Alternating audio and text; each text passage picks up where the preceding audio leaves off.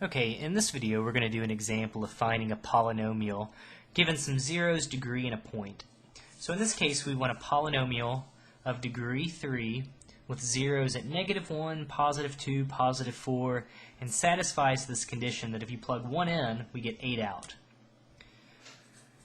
Okay, so a couple things. Since we know that -1 is a 0, that means that x plus 1 is a factor. If x equals 2 is a 0, that means x minus 2 is also a factor.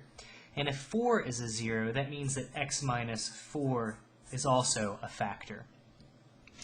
Okay. Now the other thing is, we could have some number hanging out front. We'll call it a. That wouldn't change the fact that -1, +2, and +4 are all zeros. Okay, so basically at this point, all we need to do is figure out our a value. So I'm going to solve for a by using this extra point.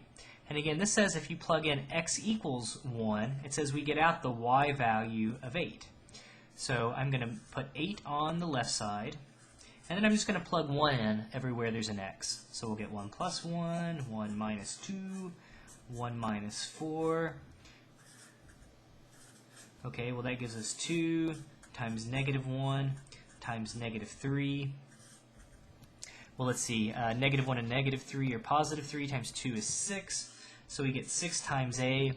If we divide both sides, we'll get 8 over 6. If we divide that by 2, we'll get 4/3, and that's going to be our a value.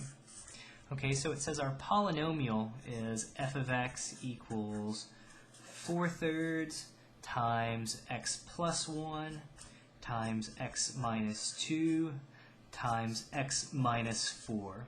And of course, if you wanted to at this point, you could even multiply all this out, but I'm going to call it a day and leave it right there. This is now our polynomial with the given zeros of degree 3, and this coefficient will make it go through the y coordinate of 8 when we plug in x equals 1.